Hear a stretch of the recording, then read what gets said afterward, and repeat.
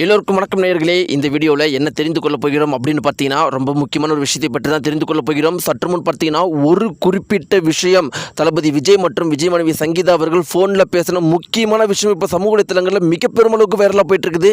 ஒவ்வொருத்தருமே இப்போ இதை பற்றி ஷேர் பண்ணிட்டு இருக்கிறாங்க. இப்போ இதை பற்றி தான் பேசிகிட்டு இருக்கிறாங்க. இன்றைக்கி எப்படி தளபதி விஜய் அவர்கள் முதலமைச்சரானதை பற்றி தமிழகமே பேசுதோ, அதே மாதிரி இப்போ எல்லாருமே தளபதி விஜயும் அவங்களுடைய மனைவி சங்கீதா அவர்களும் முதலமைச்சரான பிறகு பேசின இந்த ஆடியோ சம்பந்தப்பட்ட விஷயத்தை பற்றி தான் பேசிட்டு இருக்காங்க. எல்லாருமே கண்கள் கலங்கி போயிருக்கிறாங்க. அப்படி என்ன ஒரு விஷயத்தை மனைவி சங்கீதா அவர்கள் சொன்னாங்க அப்படிங்கிறதையும், அதற்கு தளபதி விஜய் அவர்கள் என்ன சொன்னாங்க அப்படிங்கிறத பற்றியும் தான் இந்த வீடியோ நம்ம தெரிந்து கொள்ள போகிறோம். வாங்க வீடியோக்குள்ள போகலாம். நம்முடைய சேனலுக்கு நீங்கள் புதியவராக இருந்தால் மறக்காமல் சப்ஸ்கிரைப் பண்ணுங்க. நேயர்களே, எல்லாருமே எதிர்பார்த்த அந்த நாள் இன்னைக்கு வந்துருச்சு. தளபதி விஜய் அவர்கள் சிஎம் ஆயிட்டாரு.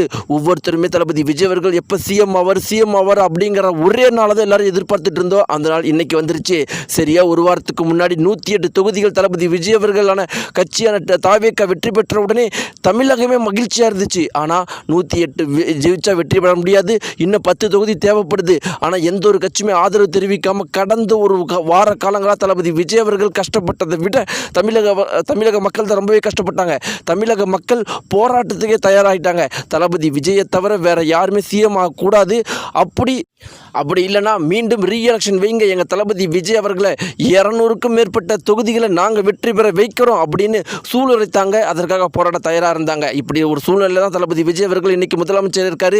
தமிழகம் மட்டும் கிடையாது, ஒட்டுமொத்த இந்தியாவை உற்று நோக்கிட்டு இருக்குது. தளபதி விஜய் அவர்கள் தன்னுடைய சொற்பொழிவில் சொன்ன முக்கியமான விஷயம் என்ன அப்படின்னு பார்த்தீங்கன்னா, நான் ஒன்றும் தேவதூதன் கிடையாது, அப்படி மாற்றிடுவேன் இப்படி மாற்றிடுவேன் அப்படின்னு நான் பொய் சொல்ல விரும்பலை. ஆனால் நான் கண்டிப்பாக செய்வேன். நான் ஏதோ பொறி வச்சு பேசுகிறேன் அப்படின்னு நினைக்காதீங்க. நமக்கு முன்னாடி நம்ம தமிழகத்தை ஆண்ட ஒரு அரசு மிகப்பெரிய அளவுக்கு கொள்ளையடிச்சு போயிருக்குது. கஜானாவை காலி பண்ணிட்டு போயிருக்குது. அதை ஒரு வெள்ளை அறிக்கை கொடுக்குறேன், அதிலிருந்து நம்ம ஆரம்பிக்கலாம். லெட்ஸ் பிகின் நோ அப்படின்னு சொல்லிட்டு தளபதி விஜய் அவர்கள் சொன்னதான் ஒட்டுமொத்த தமிழகம் முழுக்கவே இப்போ எதிரொலிக்குது. இப்படிப்பட்ட ஒரு சூழ்நிலையில் வேறு எதுவுமே யாருமே பேசாத ஒரு சூழ்நிலையில் ஒரு தகவல் மிகப்பெரும் அளவுக்கு பிரபலமாக போயிட்டுருக்குது.